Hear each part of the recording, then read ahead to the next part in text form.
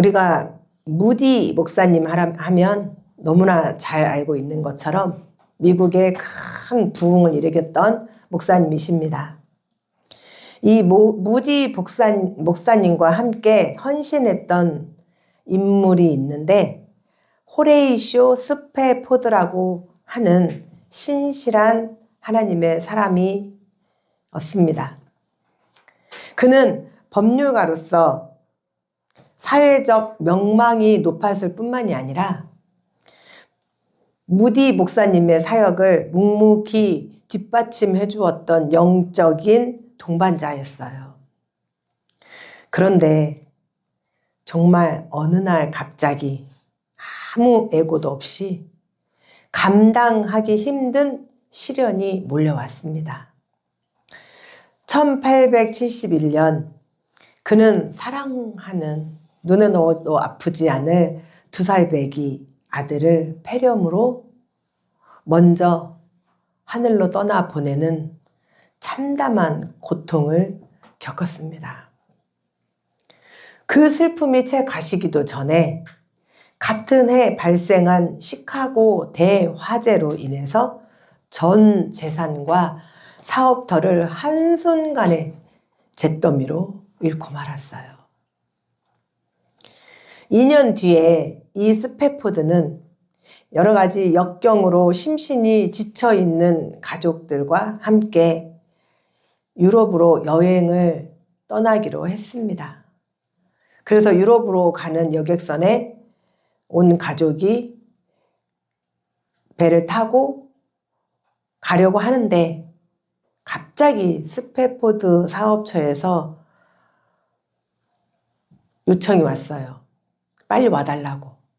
그래서 스페포드는 탔던 배에서 다시 내리고 그리고 아내와 4명의 딸들만 태워서 먼저 가라고 보냈습니다. 그러나 이들이 탔던 배가 대서양을 건너는 대서양 한복판에서 그들의 가족들이 탔던 배가 마주 오던 배와 충돌을 하면서 침몰을 하게 됩니다. 이 사고로 남아있는 4딸마저 모두 바닷속으로 잠기고 맙니다. 아내 혼자 겨우 살아남아서 혼자만 살아남았음이라는 비통한 전보를 보냅니다. 이 소식을 전해들은 스페포드는 사랑하는 딸들을 잃고 혼자만 살아남아 정신없이 헤매고 있을 아내가 걱정이 되어서 부인을 데리러 가기 위해 또 다시 그도 배에 올랐습니다. 배를 타고 항해를 하던 중에 선장이 나지막히 말했어요. 지금 우리가 지나가고 있는 이 바다 밑이 바로 당신의 4딸들이 잠든 곳입니다. 애써서 평정심을 유지하던 스페포드는 그 말을 듣고 괴로운 마음을 주체할 수 없어 선실로 들어가서 가슴을 부여잡고 아픔과 슬픔으로 밤이 새도록 주님께 울부짖었습니다. 그런데 절망하며 부르짖던 스페포드에게 갑자기 마음 깊은 곳에서 형언할 수 없는 하나님에 대한 신뢰와 평안이 솟구쳐 오르기 시작했습니다. 그리고 그의 입에서는 하나님이 아니시고는 주님이 아니시고는 할 수 없는 평생 경험해 보지 못한 평안을 고백하고 있었습니다. 평안해. 내 영혼 평안해. 하나님의 뜻이 이루어지이다. 그리고는 아침이 되자 스페포드는 주님이 주신 영감으로 시를 써 내려갔는데 그 시가 방금 전에 우리가 찬양을 불렀던 내 평생 평안해. 내 평생 가는 길 순탄하여. 이 찬송이었습니다. 하나님께서 함께 하시면 그 시련의 바다 한가운데서도 내 영은 평안해라고 고백을 할 수 있게 됩니다. 우리 모두는 정말 주체할 수 없는 시련과 고통 속에서, 아픔 속에서 이런 주님이 주시는 평안을 한 번씩 다 경험해 보셨을 걸로 믿습니다. 사랑하는 성도 여러분, 오늘 우리가 함께 읽은 이 요한계시록의 말씀도 바로 그 지점에서 시작이 되고 있어요. 사방이 바다로 막혀있는 반모섬. 절망의 끝에 서서 떨고 있던 요한 앞에 죽음의 파도보다 더 높이 계시고 타오르는 불꽃 같은 눈으로 온 우주를 꿰뚫어 보시는 영광의 주님이 나타나셨어요. 사도 요한이 유배된 이 반모섬은 당시 로마 제국이 흉악범이나 정치범들을 격리하던 수용소로 사용하던 철저한 유배지였어요.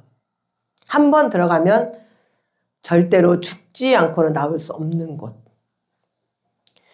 도미티아누스 황제의 이런 서슬퍼런 박해 아래 소아시아, 지금 튀르키예 일대 그곳의 교회들은 이미 뿌리째 흔들리고 있었어요.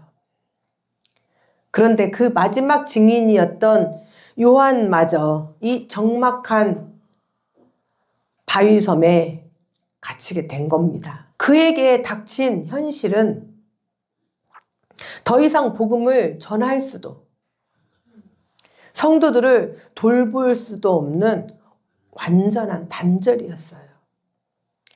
이는 복음의 증인으로서 하나님이 말씀과 예수의 증거로 말미암아 직면하게 된 사역자의 중단이자 영적 고립의 현장이었어요. 반모섬의 그 거친 파도 소리 외에는 하나님의 하늘의 음성조차 들리지 않는 듯한 이런 정적이야말로 당시 초대교회가 처한 가장 참혹한 시대적 배경이라고 할 수 있죠. 이때 교회는 온갖 핍박으로 점점 약해지고 로마의 권세는 점점 강해지고 그랬던 시기예요. 신앙은 패배처럼 보이고 충성은 오히려 손해처럼 느껴지는 때, 로마의 황제 숭배 강요와 물리적 박해가 교회의 숨통을 조여오는 현실 앞에서 요한이 주님의 음성을 듣고 뒤를 돌아봅니다. 그런데 그가 본 것은 로마의 권력에 짓밟혀 무너진 교회의 잔해가 아니었어요. 요한의 눈에 들어온 것은 7 금촛대와 그 사이를 당당히 거니시는 소아시아의 7 교회, 또 성도들의 실존적 현상을 상징하는 거였어요. 주님은 보좌의 먼 곳에 격리되어 계신 것이 아니라, 따로 떨어진 것이 아니라 환란의 한 복판인 촛대 사이를 직접 다니면서 돌보시고 계심을 나타내시고 계셨어요. 특히 주님이 입으신 발에 끌리는 옷과 가슴에 금띠는 구약의 대제사장과 왕만이 입을 수 있는 의복이에요. 세상의 권력이 교회를 삼킨 듯한 절망의 순간에도 주님은 여전히 자기 백성을 중보하시고 만물을 다스리시는 진정한 통치자임을 신학적으로 선포하고 계시는 거예요. 세상은 로마가 왕이고 권력은 황제에게 있다고 말을 하지요.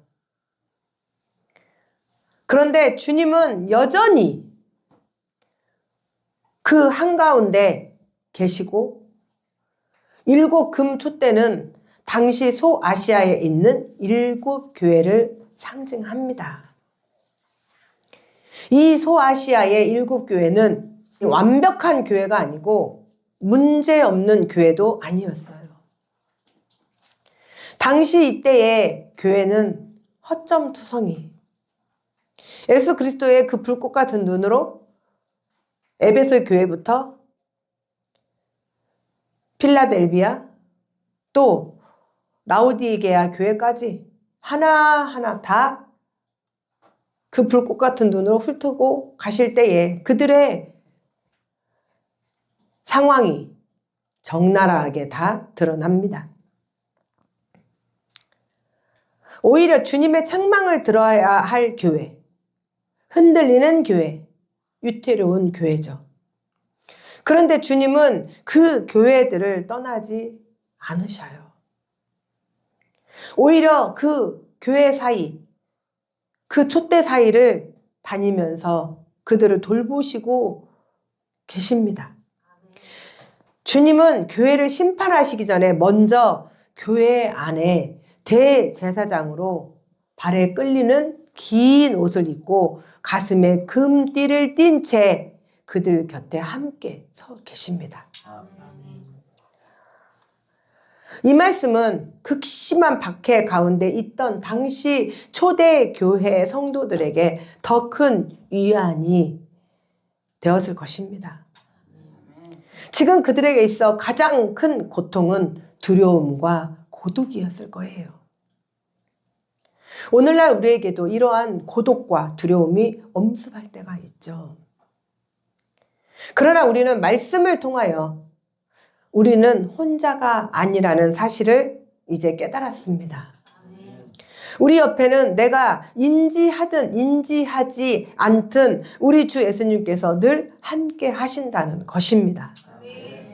그리고 내가 외롭고 지쳐서 기도할 힘조차 없을 때 누군가 알지 못하는 믿음의 형제 자매들이 나를 위해 기도해주고 있다는 사실을 우리는 찬양을 통해서도 알 수 있습니다. 그러므로 우리는 혼자라는 사실에 외로워할 필요도 없고, 그리고 또 그런 생각조차 할 필요도 없습니다. 주님은 어떤 상황에서도 나를 혼자 놔두지 않겠다고, 내가 세상 끝날까지 너와 함께 하겠다고 약속하셨습니다. 이 사실을 여러분들 반드시 믿으시기 바랍니다. 제가 아는 어떤 한 권사님이 있어요.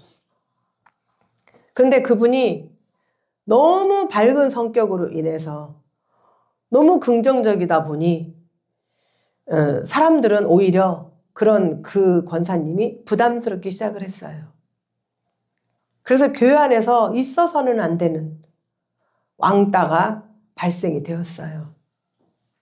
그런데 이 권사님이 얼마나 굳세어라 금순이인지 그러거나 말거나 여전히 얼굴에는 미소와 함께 항상 밝은 긍정의 에너지를 쏟아붓고 있었어요. 그런데 어느 날 그분이 계단에서 내려오는데 제가 그분을 딱 쳐다보는데 하나님께서 제 영의 눈을 밝혀주셨어요. 그분이 이러고 내려오시는데 그분 항상 이러고 다니셔요. 항상 신나. 뭐가 그렇게 기쁜지 몰라요. 근데 항상 이러고 다녀요. 그러니까 사람들에게는 다가갈 수 없는 뭔가의 그걸 느끼는 거예요. 그래서 교회에서 있어서는 안 될 왕따가 형성이 됐던 거예요. 그러거나 말거나 이러고 다녀요. 근데 제 하나님께서 밝혀준 영의 눈으로 이렇게 하고 다니는 그 손을 예수님이 같이 다니시더라고요.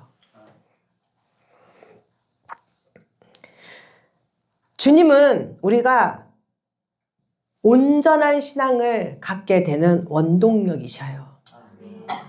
그래서 우리가 무엇을 하던 어떤 상황이 있던 절대로 우리가 혼자가 아니라는 것. 이제 요한의 눈은 주님의 얼굴로 향하죠. 그런데 지금 성경 말씀에 기록된 요한이 본 주님의 그 현현하신 모습은 사실적인 묘사가 아니라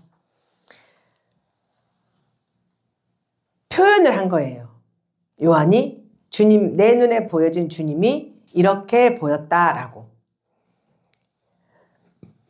그래서 주님의 머리와 털은 뭐 같대요? 흰 양털 같대요. 우리가 마치 어떤 것을 표현을 할 때 우리 어떤 집사님이 너무 멋있으면 제가 뭐라 그래요? 어유 왕자 같은 집사님이셔요. 그러잖아요. 왕자가 아니잖아요. 그런데 왕자 같은 집사님이라고 하는 것은 너무나 멋있으니까 왕자처럼 보인다라는 거잖아요. 지금 요한이 이 요한계시록에 기록해 놓은 말씀들이 다 이렇다 이 말이에요. 그래서 주님의 머리와 또 털이 뭐 같대요? 흰 양털 같대요. 그리고 그 눈은 뭐 같대요? 불꽃 같다고 합니다.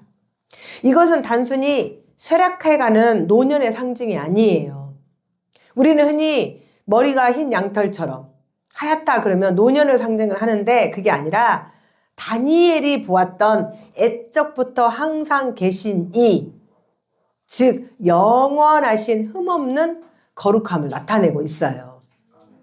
그 불꽃 같은 눈은 이 땅의 교회들을 꿰뚫어 보시는 눈이죠. 즉 여러분의 심령 한 분 한 분을 꿰뚫어 보시는 눈입니다. 주님의 시선은 교회의 외형이라는 그 가식의 껍데기를 뚫고 내면의 진실을 직면하게 하십니다. 그 불꽃 같은 눈은 결코 적당히 넘어가 주시는 타협의 눈이 아닙니다. 무엇이 병들었는지, 무엇이 썩어 문드러졌는지 낱낱이 파헤쳐서 드러내시는 엄중한 심판의 눈입니다. 주님 앞에서는 그 무엇도 숨길 수 없는 정직한 고발이 시작되는 것입니다.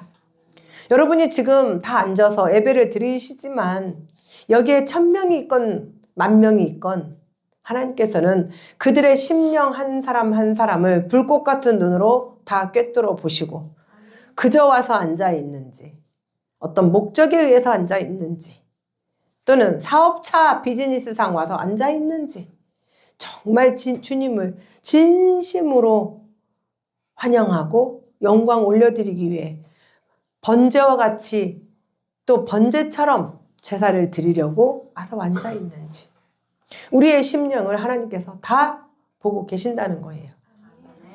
그러나 그 심판의 목적은 멸망이 아닙니다. 세상은 무너진 결과만을 보며 끝이라고 말하지만 주님은 그 심판의 불길 속에서도 타지 않고 남은 생명의 가능성을 주목하신다는 거예요.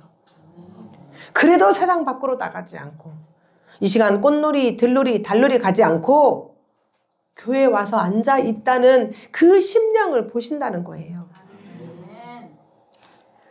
도려내야 할 것을 정확히 아시는 그분께서 동시에 무엇을 살려내셔야 할지도 이미 다 결정하셨어요.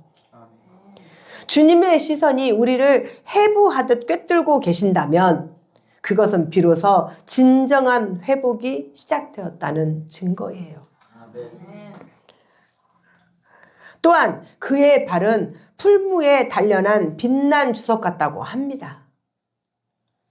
이것은 결코 흔들리지 않는 주님의 통치를 나타내고 있어요. 세상은 갈수록 더 요동치고 권세는 하루아침에 바뀌고 유행은 덧없이 지나가며 영원할 것 같던 그 제국들도 결국은 모래성처럼 무너지고 말죠. 그러나 시편 93편 2절 말씀은 주의 보좌는 예로부터 견고히 섰다고 말씀합니다. 주님의 발은 결코 흔들리지 않습니다. 오늘 여러분의 삶은 어떠신가요? 사방에서 밀려오는 현실의 무게에 눌려 내 영혼이 숨 쉴 틈조차 없다고 느끼고 있지는 않으신가요? 그러나 우리가 불안해하는 이유는 요동쳐서가 아니라 그 거센 파도 뒤에서 서 계신 주님의 견고한 발을 보지 못하기 때문이에요. 세상이 다 무너지는 것 같아도 주님의 통치는 단 한 번도 중단된 적이 없습니다. 지금 여러분이 겪는 그 흔들림조차도 주님의 통치 아래 있음을 신뢰하셔야 합니다. 그분의 오른손에는 7별이 붙들려 있습니다.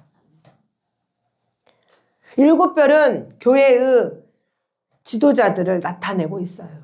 7촛대는 뭐라고 말했어요? 7교회. 그러면 7별은 그 7교회를 이끌고 나가는 수장들, 리더들, 교회의 지도자들을 나타내는데 교회의 지도자들이 주님의 손 안에 있다는 거예요. 이것은 지도자가 스스로 빛나는 별이란 뜻이 아니에요. 지도자는 오직 주님께 붙들려야만 의미가 있는 존재라는 뜻이에요. 다시 말하면 각 교회들마다 목사가 다 혼자 알아서 하는 게 아니라는 거예요. 그 목사가 주님 손에 붙들려 있을 때에 그 교회는 제대로 주님을 향해서 나아갑니다. 교회는 사람의 능력이나 계획으로 유지되지 않습니다. 주님의 손에서 벗어나는 순간 교회는 바로 흔들려요. 그 능력의 오른손에 붙들려 있는 한 그러나 교회는 절대로 끝나지 않습니다. 우리는 평일 예배 때 배웠어요. 예루살렘 성전이 AD 70년에 왜 무너져야만 했는지. 왜 무너져야 했죠? 하나님이 계시지 않는 성전은 의미가 없습니다. 그래서 결국 AD 70년에 로마의 티투스 장군에 의해서 무너질 수밖에 없었던 것이죠. 여러분 한 사람 한 사람의 삶도 마찬가지입니다. 내 힘으로 주변의 모든 문제를 책임지려 하고 내 능력으로 인생을 버티려 하면 힘이 들죠. 그런데 우리는 이제 그 짐을 주님의 오른손에 맡겨드려야 합니다. 이사야 41장 10절 말씀에 이렇게 약속을 하죠. 내가 너를 굳세게 하리라. 참으로 너를 도와주리라. 참으로 나의 의로운 오른손으로 너를 붙들리라. 또한 주님은 친히 이렇게 말씀을 하셔요. 내가 그들에게 영생을 주노니 영원히 멸망하지 아니할 것이요. 또 그들을 내 손에서 빼앗을 자가 없느니라. 이처럼 주님이 붙들고 계시면 그것으로 충분하죠. 그렇지 않습니까? 우리에겐 더 이상 부족함이 없어요. 그리고 그분의 입에서는 좌우에 날선 검이 나옵니다.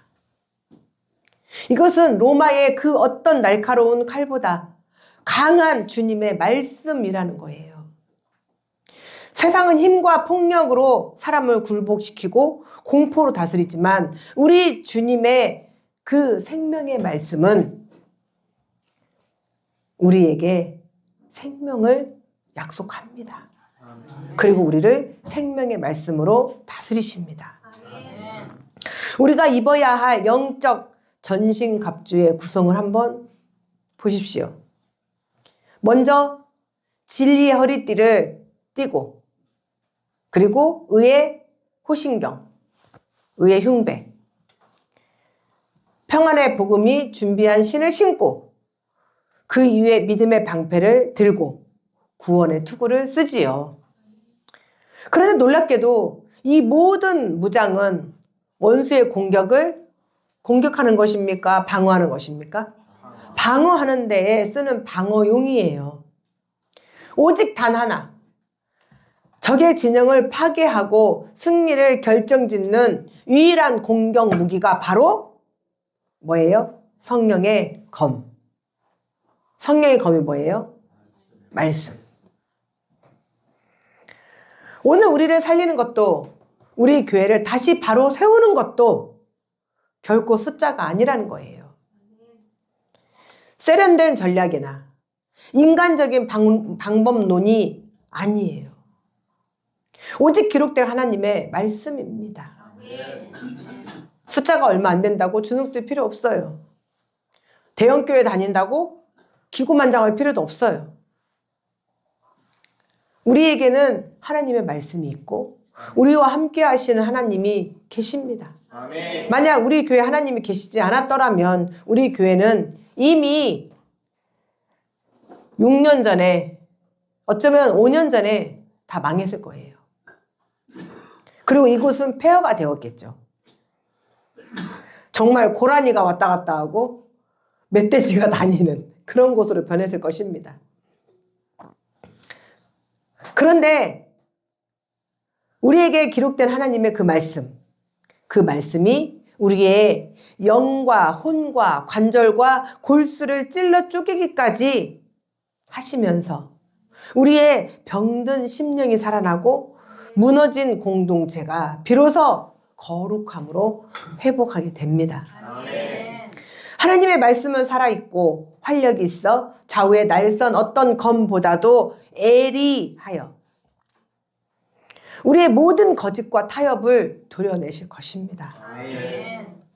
나를 끊임없이 위협하고 작아지게 만드는 세상의 목소리 앞에 떨고 있지 말라는 말입니다.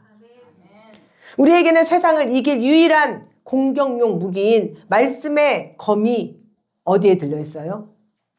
내 손에. 어디에 들려있어요? 내 손에.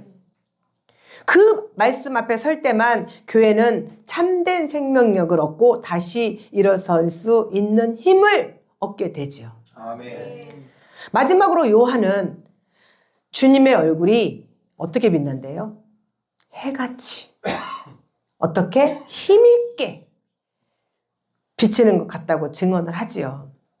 이것이 바로 오늘 우리 교회의 유일한 소망이에요.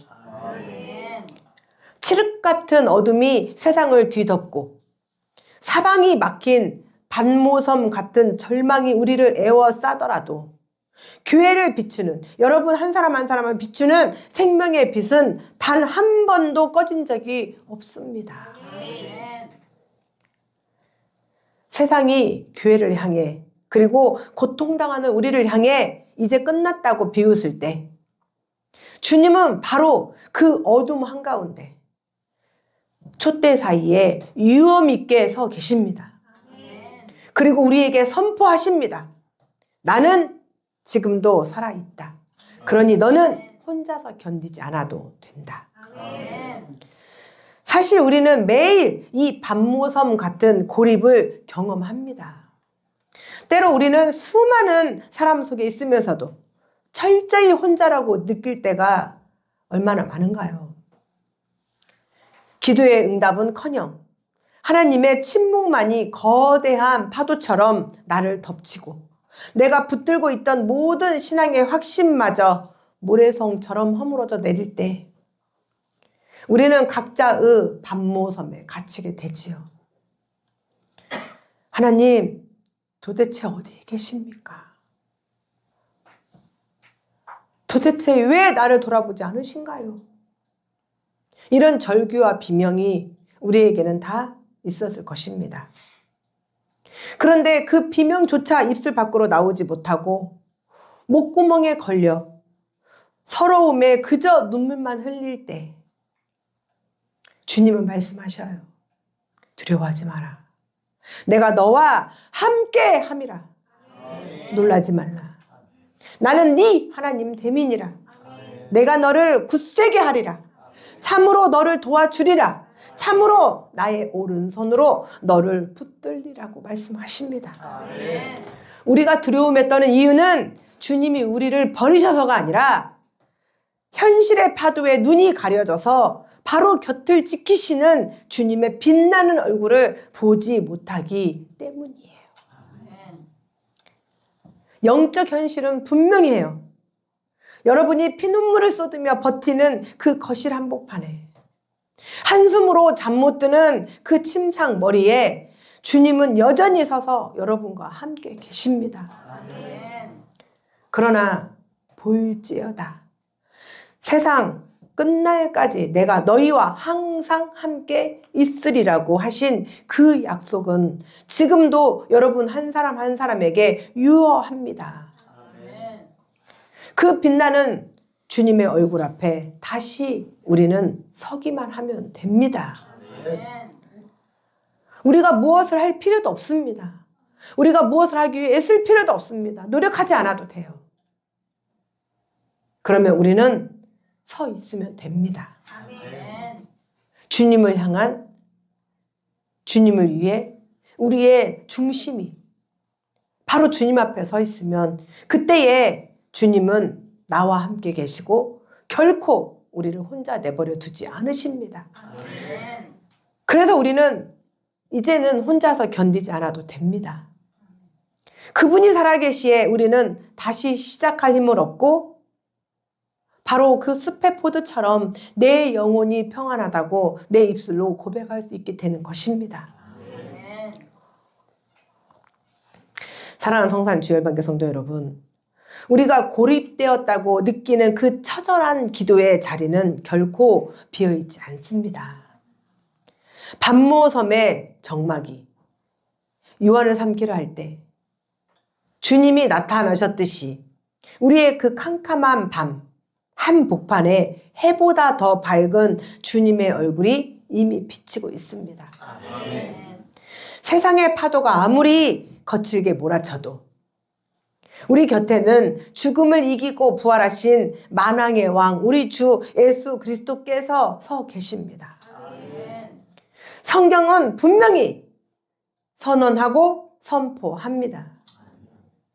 세상에서는 너희가 환난을 당하나 담대하라. 내가 세상을 이기었노라. 아멘. 주님의 이 승리는 단순한 위로나 막연한 이야기가 아닙니다. 지금 우리 삶에 실제로 이루어지고 있는 생생한 능력입니다. 아멘. 이제 더 이상 혼자 견디지 마십시오. 아멘. 홀로 막막함 속에 갇혀 마음 졸이지 마십시오. 우리를 붙드시는 주님의 강한 손이 지금 이 자리에 실제합니다. 아멘. 사도 바울이 확신했던 그 고백이 바로 우리의 고백이 되어야 합니다. 아멘. 누가 우리를 그리스도의 사랑에서 끊으리요?